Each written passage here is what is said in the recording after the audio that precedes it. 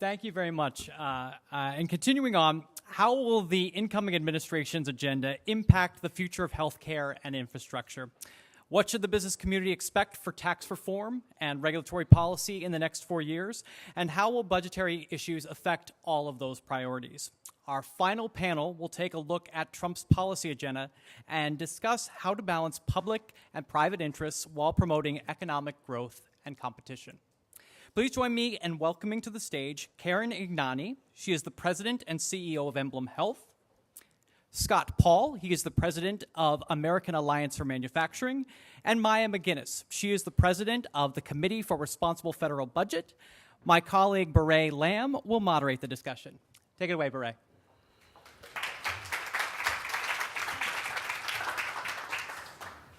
Hi, good afternoon, everybody. So I'm sure we've all been following the post-election coverage closely to get some clues into not just who the cabinet might be, but the incoming administration's agenda and its implication on the business community. So we're going to talk a little bit about what to expect from Washington in the next 4 years in healthcare, manufacturing infrastructure, and also where the money is going to come from for some of these policies. So I first want to start with a question for all the panelists. It's exactly 1 week after Election Day. Reactions to the election result? Well, I will say as someone you were taking a breath. So. who represents both steelworkers and domestic industry, it was, when you saw the election returns come in, you saw the upper Midwest and what it does.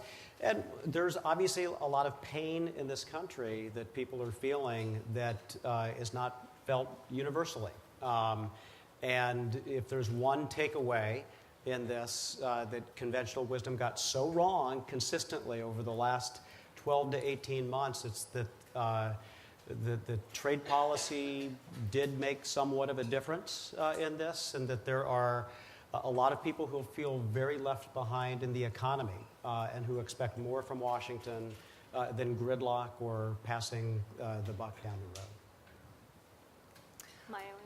So I guess what I heard from this election was kind of a primal scream from voters saying we're not going to take it anymore. But I'm still not sure what they're not going to take anymore. Like, there's clearly a whole lot of dissatisfaction, but it's really targeted towards a lot of different things. And so I guess I'm still reeling and trying to figure out as someone who runs a fiscal organization what that means and what the big objectives are going forward in the landscape. But I think as somebody who looks at things mainly from an economic lens, the really most fascinating and important part of this that I take away is we've really called into question the huge structures that we have in capitalism, in our economy. And I think that's a very important thing.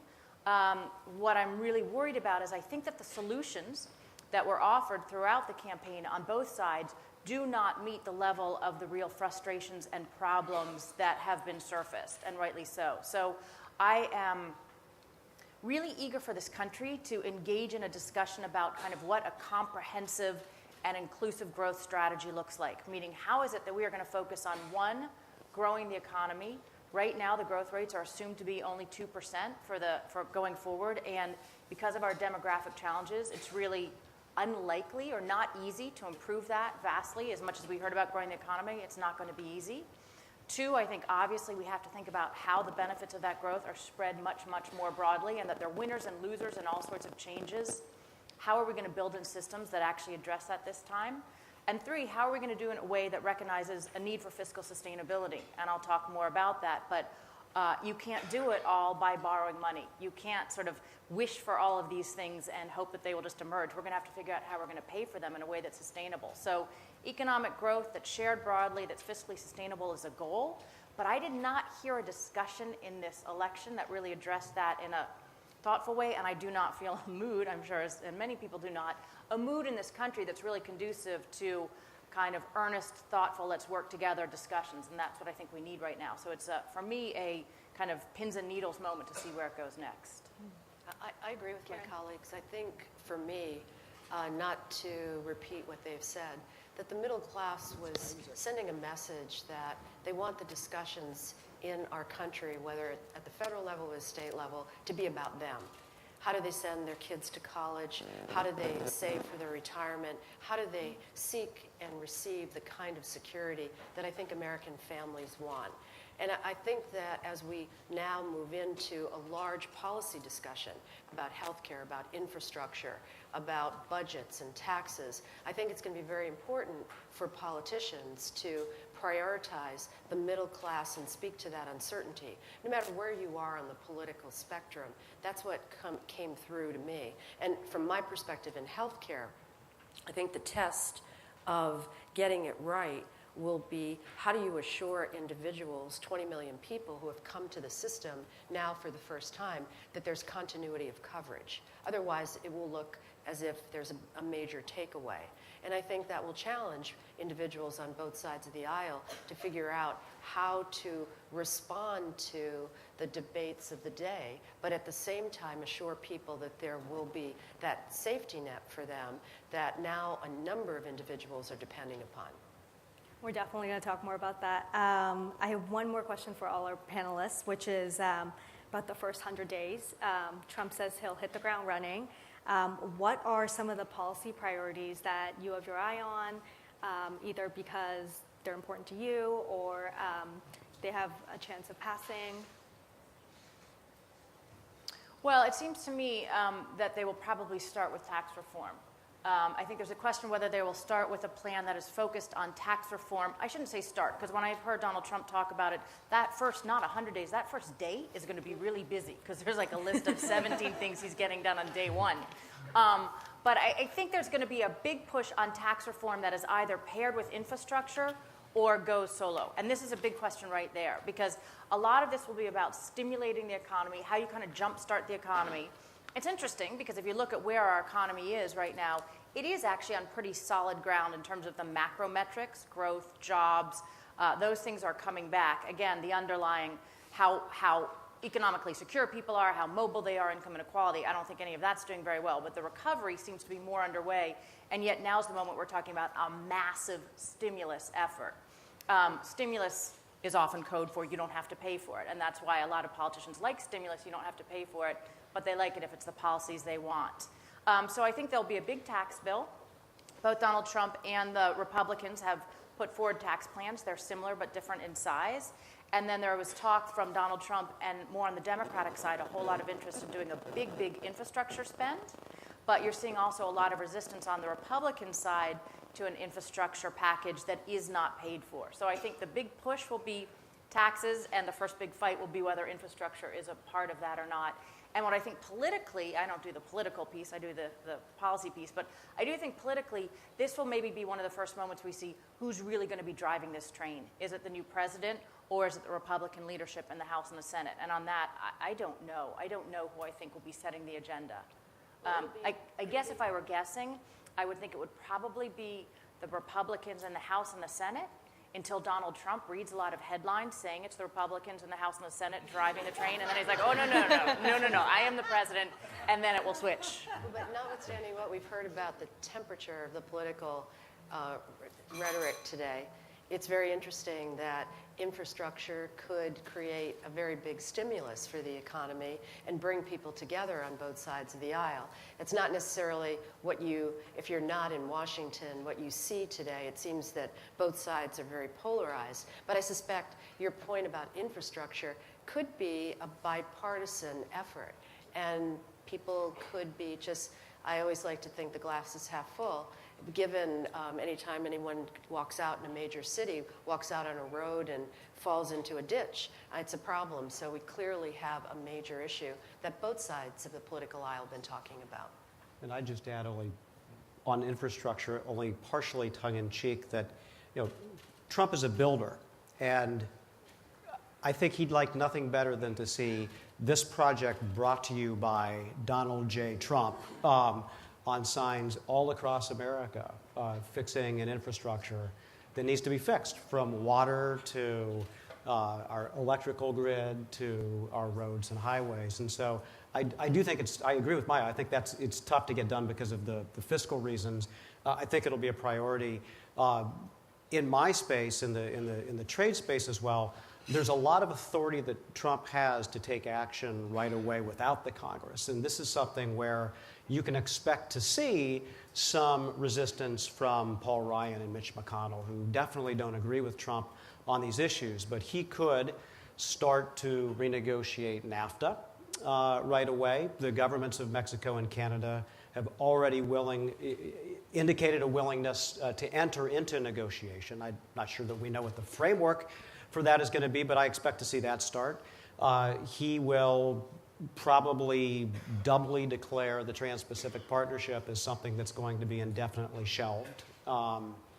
He will, and I know the transition team has already done that. They're looking at different domestic industries, ways in which they're facing unfair competition from China, and looking at ways in which they can take actions through our trade laws, through trade remedies that are already provided, and get that process rolling as well. In addition, you've probably heard that, well, I'm going to name China as a currency manipulator.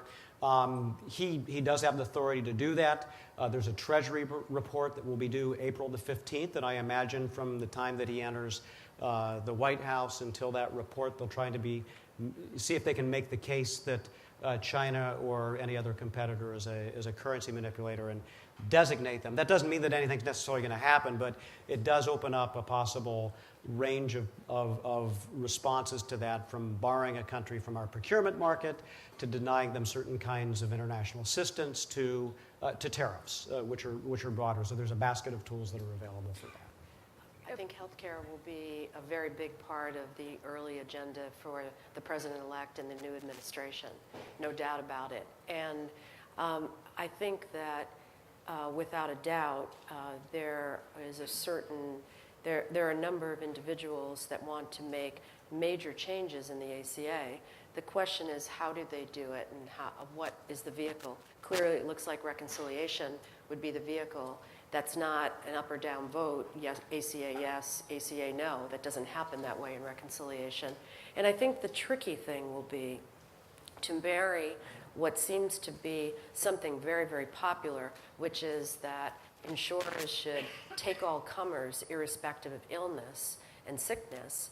But at the same time, if the other features of the legislation are dropped, it's very difficult to maintain a balanced risk pool and create affordability for most Americans. A number of states tried to do that in the past. New York is one, and New York's individual market went from 750,000 people to down to about 20,000 people, because it's very, very difficult to encourage the younger and the healthier to purchase under those circumstances. So I think those are the kinds of issues that members of Congress are going to have to work through as they think about how do we keep this promise that's been made to the American people, but achieve results in a different way. But I do think the hard part now begins in terms of fashioning proposals that are workable and that will meet the test that the American people will have. How do I maintain my coverage? Yeah. I think it's an excellent point that I think he's probably likely to start with trying to repeal ACA and very quickly realize, as I think he's already started the process of realizing, this is so much more complicated than I thought. And I've just been trying to get up to speed, and it is really complicated, as you could have told us all along. And so I think you make an excellent point that he's going to quickly want to go to his comfort zone, which is building things. And I remember when I thought that Hillary Clinton was going to be president, I thought I had this bright idea. She should appoint him the infrastructure czar, and he should have been in charge of it, because that is a piece he knows. But what I don't know, and our organization spent a whole lot of time looking at the policies of both candidates. It's a nonpartisan organization. We go and look at them, and then we score how they would affect the debt. And because Donald Trump's policies were really quite vague, I actually don't know, when we say infrastructure, which areas he's thinking about. Because if you're talking about spending $500 billion to $1 trillion, that's a lot of potholes. So as you said, there's going to be a lot more of the grids and the water systems and the technology infrastructure. But I'll be really interested to learn more details of actually what is it. It's not, I mean, you come to New York City, you look at the traffic, you're pretty excited for infrastructure, but I think it's going to be a lot of layers of different targets. Will be interesting. Yeah, the two folks on the transition team, or who advised Trump, Peter Navarro and Wilbur Ross, developed an infrastructure plan. It could result in up to $1 trillion in projects over 10 years. much of that through public-private partnerships and Yeah. through financing mechanisms, so not the direct funding that would be scored like that. But they do also assume that a lot of that money would be recaptured through the wages of the workers, the taxes on the wages of the workers that would be, for the jobs that would be created through the infrastructure program. But my as well. understanding is that of infrastructure, public-private partnerships directed to certain kinds of spending because it's where you can get the money recaptured in the private sector as well. So there are a lot of public goods projects that wouldn't be undertaken. No, I think that's exactly right. And when you look at the range of infrastructure needs, I mean, the biggest based on unmet needs are water systems, dams, levees. But in terms of dollar amounts, it is roads and bridges, and it's schools and airports as well. And so there's and this is something Congress loves to do. You know, they love their projects, and so it will be complicated. But at the end of the day, if there's money to be spent in the district, people, you know, folks are going to want to find a way to do it. Perhaps not by paying for all of it, but they there's want an to do it. urgency for it. So it makes sense politically because there's something tangible that people can see and touch about infrastructure wherever they begin. At the same time, there's a stimulus. It puts people to work. So that's a kind of a win-win, if you will. So I hope they go forward on infrastructure. I hope it can be bipartisan because I think that's a great way for the country to start on such an important need. And I also hope that some of the ideas that have been bandied about for decades now about the American people being called upon to potentially invest in infrastructure, I hope those ideas are resurrected from a fiscal perspective, from a perspective of stimulus and actually thinking about funding in different ways. Clearly, the government's going to have to do the lion's share of the funding, but I do think there are innovative types of arrangements that we haven't touched in a very long time. So it's interesting to think about what could happen. Karen, I want to get back to you about the ACA because many times I was Trump, having such fun talking about it. Really. you know, many times Trump has said he will repeal, replace. He recently amended to the Wall Street Journal. Has your reaction been? If it is repealed, what should replace it? Some thoughts. Well, I think that we are, to just state the obvious, we're about to enter one of the largest health policy discussion that has occurred in the last 10 years. It's really been almost 10 years since the country went through a healthcare discussion. The same three issues that were relevant back in 2007 and 8 going into that election, cost, access, and quality, will be relevant again. So how do you hit the mark on for 20 million people who are in the system now, if you want to change it, how do you preserve their access to coverage? 2, how do we finally take on cost containment? That was really left on the cutting room floor. Maya, you've talked a lot about this over the years. I agree that this is something, there may be some opportunities to do some innovations. The private and public sector have actually worked together on new payment arrangements. I think that could be expanded in a very productive way, and I think that could also be bipartisan. And I think there's been some very important efforts made on the quality and the value side of things. But clearly, this is the rhetoric is different than the reality. The reality of putting pieces together, making markets work, and having the kind of stability that will allow people to be able to purchase coverage. People to have access if they're sick, to be able to purchase coverage if they're young and healthy. They have to feel that it's affordable. So balancing all those things will be the challenge now that a number of very thoughtful people on both sides of the aisle will go to work on, clearly. And turning to Scott, my question is a little different. I recently saw that something you said to the press, which I really liked. You said that there's a lot of space between the current policy and a trade war. Can you talk a little bit about that, and also what some of the proposed policies mean for American manufacturing? Sure, with no ill will intended towards my journalist friends, the trade war makes a great headline. It's easy to capture. It sounds very martial and severe, and people remember the Great Depression. The reality is that we use trade laws every day. It might surprise you to know that the Obama administration, in fact, has put 500% tariffs on some kinds of Chinese steel. because of unfair trade practices. I mean, they're in effect right now. But what I meant by that statement is that, assuming that Donald Trump is going to immediately put economy-wide tariffs on every product coming in from Mexico or from China, I think is a mistake. I don't see that happening. Rather, I do see there's space for NAFTA renegotiation. There could be benefits for it for all three countries. Obviously, Canada and Mexico would want things from the United States. There would be winners and losers in an arrangement like that.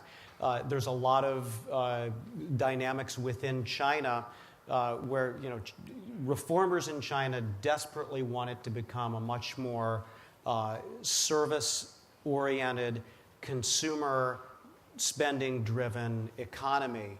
And some outward pressure on that isn't necessarily going to be harmful to those efforts. In fact, it might prod them along a little bit if done with some elegance.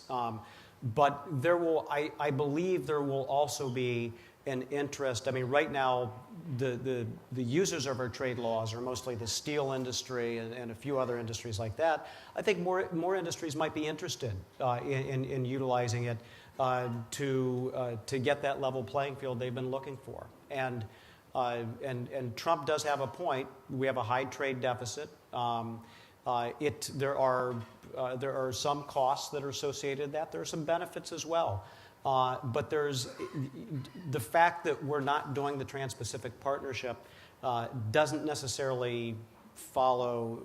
It doesn't follow that we're going to have some trade war that's going to spiral out of control, that's going to produce mass inflation and sink everybody into a recession. There are tools that we have. Ronald Reagan actually utilized many of them in the 1980s when dealing with Japan and its auto production.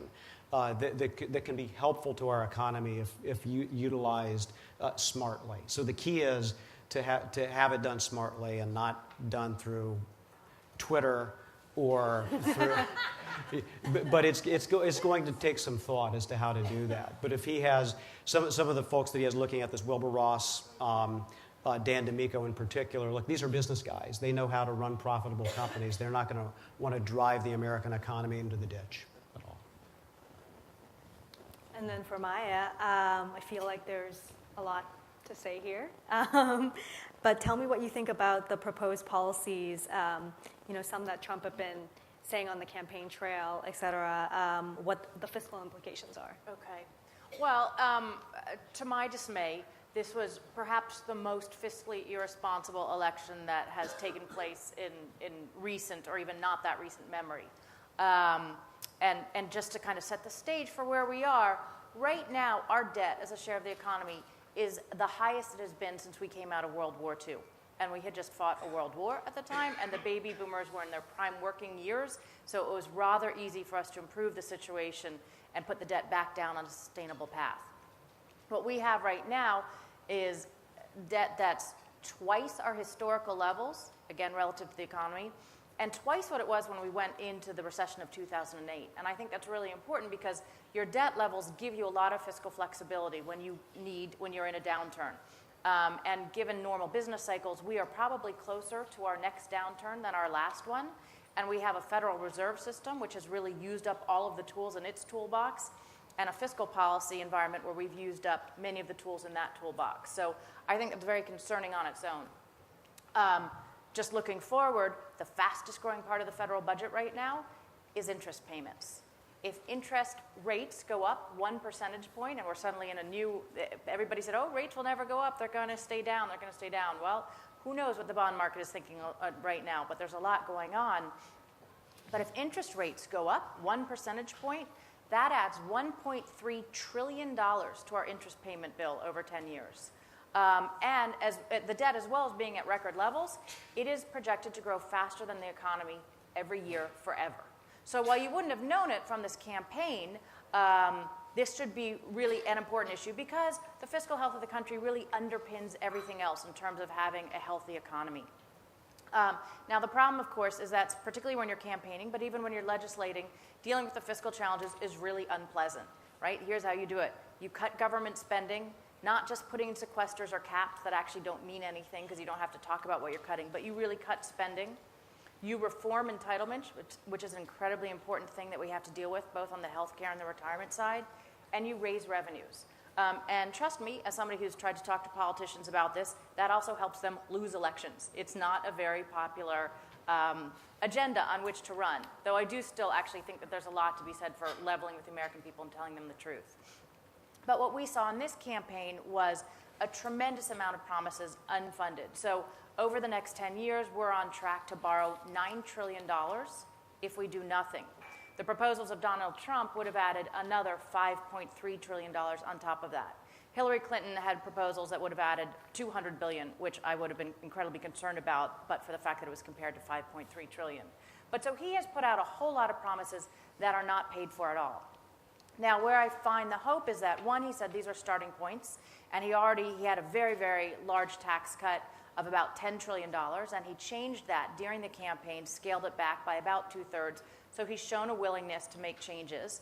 And two, he has made fiscal policy in his rhetoric a big priority. He's talked about our $20 trillion debt, which is probably not the number I would use. That includes the amount of debt we owe to ourselves, but what he's put out there is the $20 trillion debt. And I think it will be really important to say to him, after the first 4 years, we're slated to be at $23 trillion. You've talked about moving that number downwards. Where do you want the debt to be? And then once you have kind of a fiscal goal or what you're shooting for, your budgets will have to add up to that number. So what I have seen is that he cares about the issue rhetorically, that he's shown flexibility on the policies. But so far his policies, and they're primarily the tax cuts, but they also include the infrastructure spending on veterans, some spending on health care, the Ivanka child care plan, those proposals would all add to the debt. So once his policy advisors are in place, I think it'll be incredibly important if we want to grow the economy, if we want to maintain flexibility in our budget, if we want to avoid a fiscal crisis down the road, which will happen if we don't fix this at some point, that they scale back those proposals, and importantly, figure out how to pay for them. There's lots of ways to pay for them, but the bottom line is budgeting is about trade-offs, and it's not the easiest thing to do, but we've been borrowing for so long, it's certainly going to be a top priority for the next administration to actually come to terms with that. I think we're all curious about how that balancing will actually happen. And, certainly in Trump's rhetoric, he's talked about, his business acumen, his ability to make deals. Do you think that has anything to do with going forward, the balancing that needs to happen? I think where his business acumen comes in and the deal making is what we were just talking about, is the trade. I think that will be a really interesting area to see if they're able to renegotiate those trade deals. I think when it comes to the political negotiations, I do think that will fall back more towards the leadership of the Senate and the House. I think having Chuck Schumer in the Senate, who is a deal guy leading the Democrats, is going to want to make deals with the Paul Ryan and Mitch McConnell. It'll be interesting to see what happens there. My guess is he'll want to get to yes, but listen, our two parties in this country have incredibly different visions about where we should be headed. There is a bright line about new revenues or no new revenues. And just realistically, if we're going to deal with our fiscal challenges in this country, you can't do it without some new revenues. Now, some of that can come from growing the economy, but it won't all be able to come. We can't grow our way out of this. So we're going to have to make some real choices, and if you don't put revenues on the table, then you don't put entitlement reform on the table. So there's going to have to be a negotiation of goodwill, and I don't know about others. I don't see a whole lot of goodwill right now. So we'll see if we can get back to that place where we need to be. As you were saying, economic growth is so important, especially in this election where the outcome has really underscored economic pain and economic inequalities. How can this be addressed in your view? Well, so, the growth projections right now are 2% a year, and Donald Trump talked about getting them to 4, 5, 6% a year.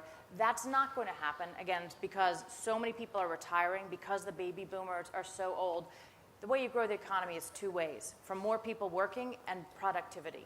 And we're not going to have more people coming into the labor force in great amounts to compensate for the people who are coming out. Particularly through immigration. Yes, right. So the other way that it's you gonna grow be it is if you yeah. have more immigration. It looks like that won't be happening. So it all falls on it all falls on productivity, and we've had a productivity slump, but there's not a great understanding of why. But I guess it's not magic how you grow the economy. you do reform your tax code, you do smart regulatory reform, you shift your spending from consumption into public investment. He has actually talked about all of those things in one way or another, but another piece of that is if you do it through borrowing, the higher levels of debt actually dampens your economic growth. So you do need to find ways to pay for it. That's where it gets more difficult. But for all the reasons you're talking about, this is why I think it makes a great deal of sense to start with infrastructure. Because to the extent you're stimulating and you're putting people back to work, that's very productive for the economy, and it answers the question that the American people are posing both quietly and loudly, what's in it for me? And I think that then you can begin to point to tangible progress. I also think that the folks in Congress now do want to demonstrate, notwithstanding the very large apparent gulf between the two parties, I do think they're going to be looking for some issues to demonstrate, we get it, we've heard the American people, they want an end to gridlock. That's why I think infrastructure just lines up nicely to fit into the stimulus, jobs, and doing something productive. And it might get people off on the right foot in a way that the American people will probably like versus watching and being bystanders for more gridlock. I don't think the American people have a lot of tolerance for that anymore. I think that's what we've heard from the election. I just want to say quickly, I saw Joe Stiglitz say that he thought Trump might be a Keynesian without knowing he's a Keynesian through the infrastructure investment and the combination of corporate tax cuts and some other tax cuts in the hope that that will result in growth. So it's kind of this hybrid supply side and Keynesian piece that we haven't seen many times in our history, and well, we haven't seen this election many times in our history. So we may be entering uncharted territory as well. Because the alternative is really depressing. So let's hope that that's the case. Well, and I hope you're right that what we heard from voters was that they want to end gridlock. I heard that because that's what I want, but I'm not entirely sure that is what the election said. And so... Don't you think they want people in Washington to do something? Now, they may have strong opinions about what that something is and how they actually do it, which means the rhetoric and the reality have to come together at some point. But I do think that people are just, wherever you go around the country, regular people are telegraphing that they want change. Yeah, Now, they define it very differently, but they're telegraphing they want change. And I think it may be sort of the role I play in the policy discussions, because when your job is to be the person with fiscal responsibility, I'm like basically the skunk at every party. Like, people want to do something, and then I march in and say, like, how are you going to pay for it? And it's no longer really that fun. So the one way that we can agree in Washington is if we don't pay for it. Like, if we could just couple some unpaid, like $1 trillion in unpaid for tax cuts with $1 trillion in unpaid for infrastructure, you would hear, like, there would be backslapping, bipartisanship is alive, and I would be saying, like, we just borrowed $2 trillion. That's probably actually not the best thing for economic growth. In fact, it's definitely not. So I think that's probably where the rubber hits the road is, are we going to pay for it or not? And again, they get to do it once, right? They get to do it once. Yeah, that's right. There'll probably be a big borrow in the front, and I think it'll kind of be like a sugar high. Like, there will be a big boost, and then you realize you haven't created sustainable growth at all, and you're a little bloated as a result. And so, And with that, we are opening the floor to some questions. Hello, H.G. Chazelle, Advanced Energy Group. The word infrastructure keeps coming up as a potential path forward. But a concern I have around that topic is infrastructure is based on a long-term horizon of how you see the future unfolding. And if you have vastly different views of climate change, within that vision for the future, it affects the infrastructure investments you make. Can you speak a little to how that could undermine our future in terms of this idea that infrastructure could be the path we can go down that could work? Well, I think you have to think about, as a first-order matter, what's going to take us into the 21st century in a strong and productive way. If I were thinking about infrastructure, clearly things that everybody would tick off, bridges, airports, roads, et cetera, and we can go on. But from a health perspective, I think about public health. I think we have to invest in our public health apparatus. I think it's been neglected. I think that one could make a very strong argument that that's in the infrastructure bucket. But people don't necessarily think about that. So you can actually smartly answer your question by coming at it from a perspective of what problems need to be solved, what's been ignored, and what will make us strong as a country. And I think the answers aren't as, perhaps as simple as they appear in a campaign. So now that we get to more of the policy complexity, I actually think a number of thoughtful people will come forth and have a number of ideas. And clearly, people in Washington will have to pick and choose, which is the hard part. Do we have time for one more question? Hello, I'm Ed Barinhouse with Halstead. I got Halstead Property. And one of the questions I've been getting since the election is, how will the Trump presidency impact real estate and investing in real estate, and how it may relate to infrastructure? Well, I just bought a house, which means the market's about to burst, as it does every time. There's only one indicator I know, it's when I buy a home. Yeah, me too. Me too. I always buy high and sell low. Yeah. Scott, do you have a better answer than mine? I think a lot of that depends on where, some of that depends on where interest rates head and where we are in the business cycle. And some of that is out of Trump's control as well. And we've had a long upward business cycle here. It's not going to continue forever. We may see some early indications of when it's headed that way. So, but I'm not certain that that's something you people can. don't buy when they don't feel certain. Yeah. Thank you to all our panelists. Thank And we have a lot to look forward to in the next 4 years.